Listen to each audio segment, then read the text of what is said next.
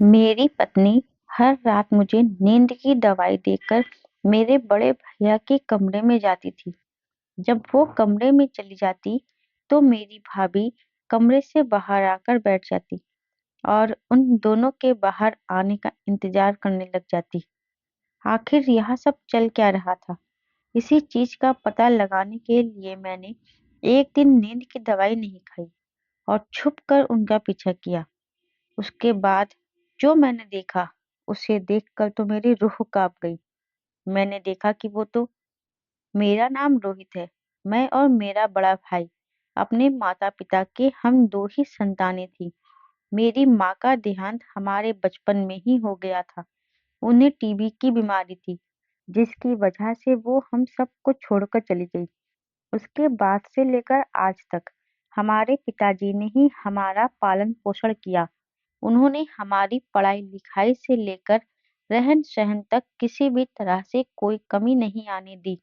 वैसे हम लोगों के पास ज़्यादा ज़मीन-जायदाद नहीं थी, लेकिन मेरे पिताजी एक रिक्शा चलाकर हमारा पालन करते थे और हमारी पढ़ाई-लिखाई करवाई। शायद इसी वजह से मेरे और मेरे बड़े भाई के अंदर एक जुनून था कि हम जल्द से जल्द कामयाब होकर कुछ बड़ा बन जाएँ, ताकि हमारे पिताजी को भी कुछ आराम आए। खैर, ऐसे ही दिन निकलते गए। अब मेरी 12वीं कक्षा पूरी हो चुकी थी। मैंने अच्छे अंक से पास की थी, इसलिए मेरे बड़े भाई और पापा ने ये फैसला किया कि मुझे ग्रेजुएशन के लिए देहरादून भेज दिया जाए। मैं नहीं जाना चाहता था, क्योंकि एक तो मेरा मन नहीं लगता और दूसरा ये कि वहाँ पर जाने पर खूब पैसे की ज़रूरत पड़ती और मैं नहीं चाहता था कि मेरे पिताजी कर्ज में डूबें। लेकिन मेरे मना करने के बावजूद भी उन लोगों ने मेरी एक न सुनी और ज़बरदस्ती मुझे पढ़ने के लिए वहाँ भेज दिया। खैर, ऐसे ही दिन निकलते गए। देहरादून में जाकर मुझे शुरू-शुरू में तो काफ़ी दिक्कत हुई, लेकिन फिर मैं धीरे-धीरे उस रंग में रंग गया। वहाँ मुझे कई प्रकार के दोस्त मिले। उनमें से किसी में काफ़ी खूबियाँ भी थी और किसी में काफ़ी कमियाँ भी थीं। कई दोस्त मुझे ऐसे भी मिले जो नशे आदि में बिल्कुल गिरे हुए थे, लेकिन मुझे तो सिर्फ अपने करियर पर ध्यान देना था, क्योंकि मैं बचपन से हमारे घर के हालात देखते आ रहा था। मुझे सब पता था कि कैसे मेरे पिताजी ने हम लोगों का पालन पोषण किया है। उन्होंने कितनी मजबूरियां देखी है और मैं अगर इन सब कामों में पड़कर बर्बाद हो गया, तो उनकी सारी उम्मीदें बिखर जाएंगी। और मुझे एक बात यह भी थी कि किस प्रकार मेरे भैया और पिताजी ने मुझे पैसे जोड़कर यहाँ पढ़ने के लिए भेजा है।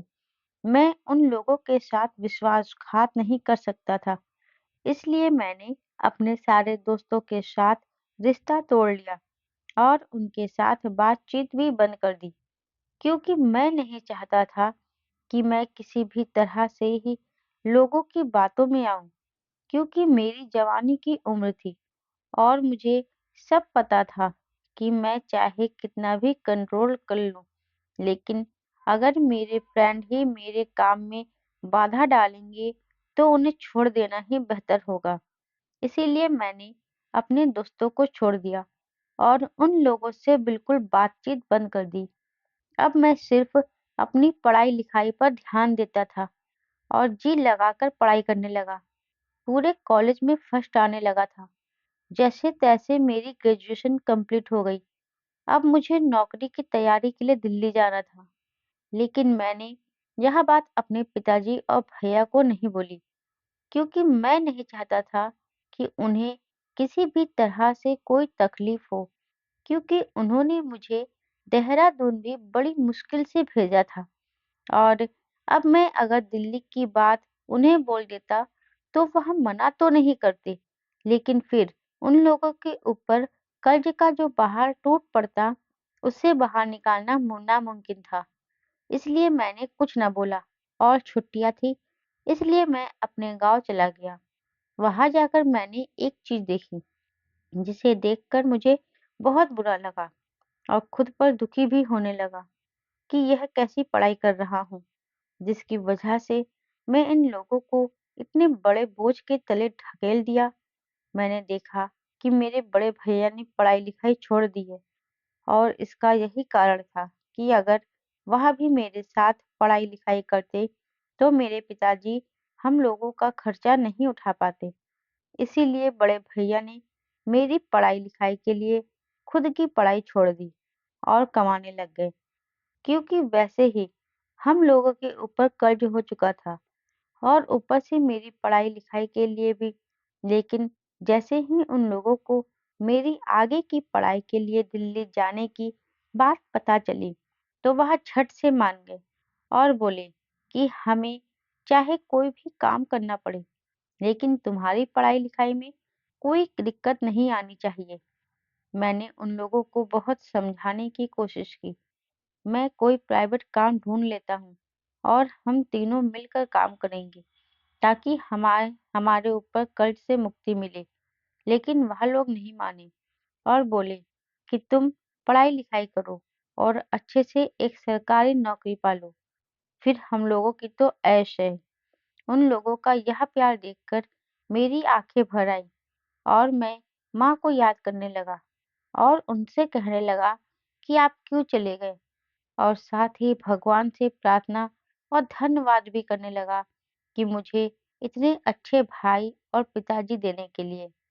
खैर, ऐसे ही दिन निकलते गए। मेरी आगे की पढ़ाई के लिए मुझे दिल्ली भेजा दिया। मैं वहाँ भी खूब मन लगाकर पढ़ाई करने लगा और जैसे ही मेरी नौकरी का एग्ज़ाम हुआ, उसके बाद मैं घर पर आ गया और घर पर आने के बाद भैया और पिताजी का काम में हाथ बटाने लगा, क्योंकि अब मैं बिल्कुल फ्री था। वह मुझसे काम तो नहीं करवाते थे, लेकिन मैं कर देता था, क्योंकि पूरा दिन अकेले बैठे रहना मेरे बस की बात नहीं थी।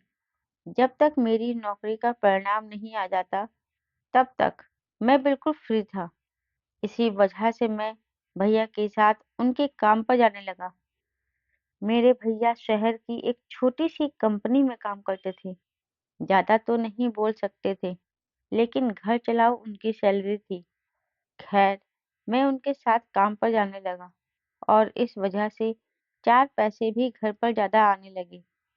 अब मेरी नौकरी के परीक्षा का परिणाम आने वाला था, इसलिए घर में सब लोग एक्साइटेड थे। मैं भी काफ़ी एक्साइटेड था और मैंने जितनी मेहनत की थी, मुझे पूरी उम्मीद थी कि मेरा इस बार नौकरी में सिलेक्शन पक्का हो जाएगा, और यही उम्मीद मेरे घरवालों की थी।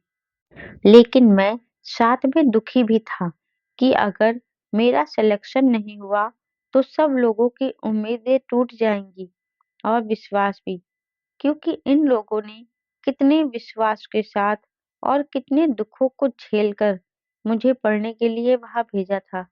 खैर, जैसे ही मुझे पता चला कि मेरी नौकरी में सिलेक्शन हो गया, तो मेरी खुशी का ठिकाना ना रहा।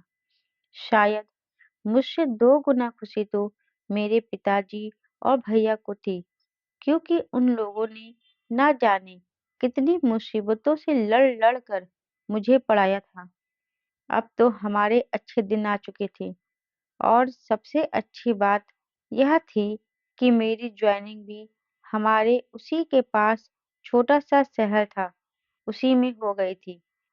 अब मैं वहाँ पर नौकरी करने लगा और हमारा सारा कर्ज भी उतर गया और घर पर भी अच्छा माहौल बनने लगा। मैंने पिताजी से उनको रिक्शा का काम ही छुड़वा दिया और उनसे बोल दिया कि आप सिर्फ घर में आराम किया कीजिए। भैया भी कुछ पैसे देकर अच्छी बड़ी कंपनी में काम पर लग गए और उनकी भी सैलरी ज़्यादा हो गई। अब हम दोनों भाई-जी लगातार मेहनत करने लगे और अच्छे से धन वैभव कमाने लगे। भगवान की कृपा और हमारी मेहनत से हम लोगों को अमीर बनने में ज़्यादा समय नहीं लगा। अब हम लोगों के बिल्कुल अच्छे दिन थे। तभी एक रोज़ मेरे पिताजी के दोस्त हमारे घर पर आए और कहने लगे कि मेरे साले की 2 लड़कियां हैं। अगर आप लोगों को कोई आपत्ति ना हो, तो रोहित और मोहित की शादी उनके साथ तय कर दी जाए। मेरे पिताजी ने कहा कि मेरे बेटों की मर्जी है, अगर उन्हें वहाँ पसंद आती है तो मुझे कोई आपत्ति नहीं है, और वैसे भी इनकी तो शादी की उम्र भी हो गई है। खैर, मेरे बड़े भैया ने कहा कि हमें कौन सी आपत्ति होगी पिताजी, जो आप हमारे लिए पसंद करोगे हमें तो वही पसंद आ जाएंगी। और यही मेरा कहना था। मेरे मन में सिर्फ एक ही झिझक थी कि लड़की पता नहीं सुंदर होगी या नहीं। शायद मेरे पिताजी के दोस्त ने मेरी झिझक को पहचान लिया और वह कहने लगे कि नहीं बेटा, तुम्हारी मैं सिचुएशन समझ सकता हूँ, तुम बिल्कुल भी घबराओ मत। लड़की दिखने में बहुत ज्यादा सुंदर है और संस्कारी भी है। मैं उन्हें बचपन से देखता आ रहा हूँ। आज तक उन्होंने किसी भी तरह की कोई गलती नहीं की और अपने परिवार में सबसे समझदार लड़कियां हैं। यह बात सुनकर मेरे मन को थोड़ी संतुष्टि हुई। तभी पिताजी कहने लगे कि फिर तो लोगों को बोल दो कि हमारे बेटों को देखकर चले जाए, और हम भी लड़कियों की जांच पड़ताल कर लेंगे। उसके बाद देर कैसी। तभी उन अंकल ने कहा ठीक है, मैं शाम को आपको फोन करके बता दूंगा। शाम का समय होते ही मेरे पिताजी के दोस्त का फोन आया। वह कहने लगे कि कल आपके बेटों को देखने के लिए आ रहे हैं, और दूसरे दिन मेरे ससुराल वाले मुझे देखने के लिए आए, और मेरे भैया को भी। हम लोगों को उन लोगों ने पसंद कर लिया, और हम लोगों को भी लड़कियां पसंद आ गई। खैर, ऐसे ही हमारा रिश्ता तय हो गया। मेरी होने वाली पत्नी का नाम उषा था। उषा दिखने में इतनी सुंदर थी कि पहली नजर में ही मुझे उससे प्यार हो गया, और मैं काफी खुश भी था। और हम लोगों की शादी की तारीख भी निकल गई। अब तो शादी के दिन जैसे जैसे नजदीक आ रहे थे, वैसे वैसे काम भी बढ़ता जा रहा था। लेकिन माँ की कमी पूरी तरह से खल रही थी। सबको दुख था कि अगर माँ होती तो आज कितनी खुश होती। लेकिन उनके दुख के साथ खुशी भी थी कि लड़कियां संस्कारी हमारे घर में आ रही हैं, और हमारे दिन भी अच्छे हैं, इसलिए हमें अब कोई दिक्कत नहीं होगी। खैर, ऐसे ही दिन निकलते गए। मेरी और उषा और भैया की भाभी की बड़ी धूमधाम से शादी हो गई, और हम हमारे परिवार में राजी खुशी रहने लगे। तभी एक रोज मैं और मेरा पूरा परिवार बैठे थे, तो मेरी तबीयत अचानक से खराब हो गई और मुझे आनन फानन में हॉस्पिटल ले जाया गया। वहां पर मुझे 2 दिन तक भर्ती रखा गया, और उसके बाद मुझे छुट्टी दे दी गई। डॉक्टर ने कुछ दवाइयाँ मेरी चालू कर दी, जो भैया हर रोज मुझे देते थे। और शायद उन दवाइयों की वजह से मुझे इतनी गहरी नींद आ जाती थी कि मैं उषा के साथ कुछ भी नहीं कर पाता था। लेकिन कुछ दिनों से मुझे एक अजीब सा वहम हो रखा था कि जैसे ही मुझे नींद आ जाती है तो उषा मेरे भैया के कमरे में चली जाती है, और उनके कमरे से 2-3 घंटों के बाद निकलती है। और जैसे ही उषा भैया के कमरे में जाती है तो मेरी भाभी कमरे से बाहर आकर उन दोनों के बाहर आने का इंतजार करने लगती है। आखिर यह सब चल क्या रहा है, मुझे तो कुछ भी समझ में नहीं आ रहा था। भला मैं उषा का पति था, और उषा मुझसे ऐसी कोई भी बात नहीं छुपा सकती थी। उसे कोई दिक्कत थी तो बेझिझक मुझे बता सकती थी, लेकिन उसने ऐसा नहीं किया। और आखिर भैया के कमरे में वह जाती क्यों है? मुझे तो इन सवालों ने बिल्कुल ऐसे घेर लिया था जैसे मैं बिल्कुल परेशानी में पड़ गया हूँ। मुझे समझ में नहीं आ रहा था आखिर कि मेरे साथ क्या हो रहा है। मैं चाह कर भी इस परेशानी से बाहर नहीं निकल पा रहा था।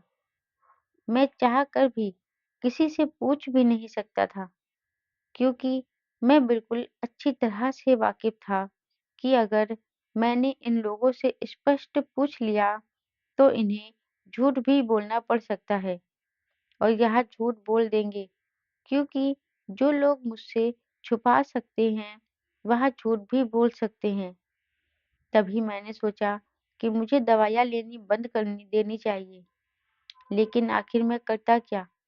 क्योंकि डॉक्टर ने मेरी दवाइयाँ शुरू कर दी थी और भैया अपने हाथ से मुझे दवाइयाँ देते थे और मैं भैया को कुछ बोल भी नहीं सकता था क्योंकि बचपन से लेकर आज तक भैया के मेरे ऊपर बहुत एहसान थे। उन्होंने मुझे कामयाब बनाने के लिए अपनी पढ़ाई-लिखाई को छोड़ दिया और आज तक मेरी हर एक ज़रूरत का ख़्याल रखते थे, तो मैं उनके खिलाफ भी खड़ा नहीं हो सकता था। लेकिन भैया जिस प्रकार जो हरकत कर रहे थे, उसकी वजह से उनके लिए मेरे मन में नफ़रत ज़रूर पैदा हो गई थी, लेकिन मैंने कभी भी यह नफ़रत दिखाई नहीं, क्योंकि मैं उनके एहसान को नहीं भुला सकता था। मैंने कई बार ऊषा से इस बारे में पूछने की कोशिश की, लेकिन ऊषा ने हर बार कोई न कोई बहाना बनाकर इस बात को टाल दिया। मुझे तो समझ में नहीं आ रहा था कि आखिर यह सब चल क्या रहा है। अब मैं बिल्कुल परेशान रहने लगा। मेरा तो मेरी नौकरी के अंदर भी ध्यान नहीं रहता था, क्योंकि मेरा तो पूरा दिन यही दिमाग में चलता था कि पता नहीं उषा और भैया के बीच ऐसा क्या है। तभी एक रोज मैंने सोचा कि क्यों ना मैं नींद की दवाई लेने का नाटक करूं और इनका पीछा करके देखूं कि आखिर होता क्या है। तभी शाम का समय हुआ। जब भैया मुझे दवाई देने के लिए आए तो मैंने दवाइयाँ हाथ में ली और दवाइयाँ लेने का नाटक किया। भैया को ऐसा लगा कि मैंने दवाई खा लिया है, लेकिन मैंने अपनी मुट्ठी में ही दवाइयों को छुपा लिया था। उसके बाद सोने का नाटक करने लगा। जैसे ही उषा कमरे से बाहर निकलकर भैया के कमरे में गई, मैं उसका पीछा करते हुए वहां पर गया, लेकिन वहां पर मुझे भाभी ने देख लिया। मैंने भाभी के मुंह पर हाथ रखा और उन्हें चुप करवाते हुए जल्दी से दरवाजा खोल दिया और अंदर गया। जैसे ही मैं अंदर गया तो मैंने देखा कि भैया और उषा एक साथ एक दूसरे के पास खड़े हैं। मुझे तो देखकर बिल्कुल भी समझ नहीं आया कि आखिर यह सब हो क्या रहा है। मेरा गुस्से से भरा चेहरा देखकर भैया ने मुझे शांत करते हुए बैठा दिया। हम लोगों के चिल्लाने की आवाज सुनकर पिताजी भी वहीं पर आ गए। तभी पिताजी ने मेरे सर पर हाथ रखा और कहा कि बेटा रोहित, तू जिस तरह समझ रहा है वैसी कोई भी बात नहीं है। दरअसल बात यह है कि तुम्हारी जिस दिन तबीयत खराब हो गई थी तो हम लोगों ने तुम्हें डॉक्टर के पास लेकर गए थे।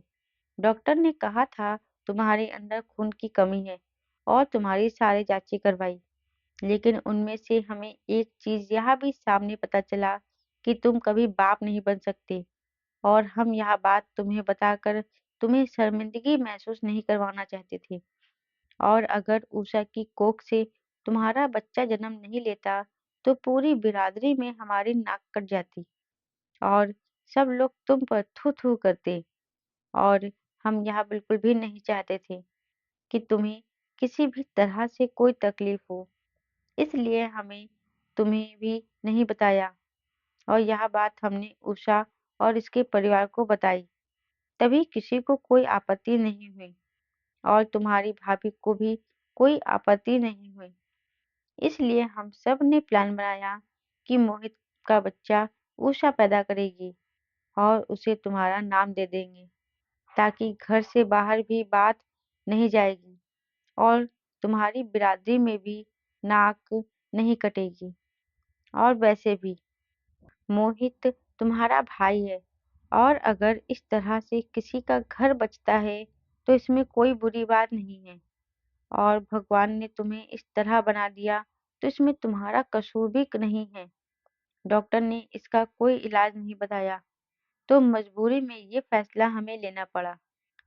मैंने भैया को झट से गले लगा लिया और उनका धन्यवाद करने लगा और मन में सोचने लगा कि मैंने तो बेवजह इन लोगों के ऊपर शक कर लिया था। बेचारी भाभी और भैया तो मेरा ही घर बसा रहे थे। और वैसे भी मैं इस चीजों को गलत नहीं मानता था, क्योंकि मैं तो बाप नहीं बन सकता था। और मेरे भैया की संतान अगर हमारे घर में जन्म लेती है तो हमें कोई आपत्ति नहीं है। और इस तरह से हम लोगों के सामने ये बात आ गई और उषा गर्भवती हो गई और उन्होंने एक प्यारी सी बेटी को जन्म दिया। और अब हम लोग हंसी खुशी एक साथ रहने लगे। अब मुझे किसी भी चीज की कोई फिक्र नहीं हो रही थी। एक रोज मैं मन में सोचने लगा कि सब लोग कहते हैं कि राम और लक्ष्मण की जोड़ी दुनिया में सबसे अच्छी थी। उसी तरह मेरी और मेरे भाई की जोड़ी भी सबसे अच्छी है, क्योंकि मेरे भैया ने राम जी से भी बढ़कर मेरे लिए बहुत कुछ किया है। और यही सब सोचते सोचते मेरे चेहरे पर मुस्कान आ गई। दोस्तों, आपको ये कहानी कैसी लगी है हमें कमेंट बॉक्स में जरूर बताएं। और आगे ऐसी कहानियां सुनने के लिए हमारे चैनल को सब्सक्राइब जरूर करें। धन्यवाद।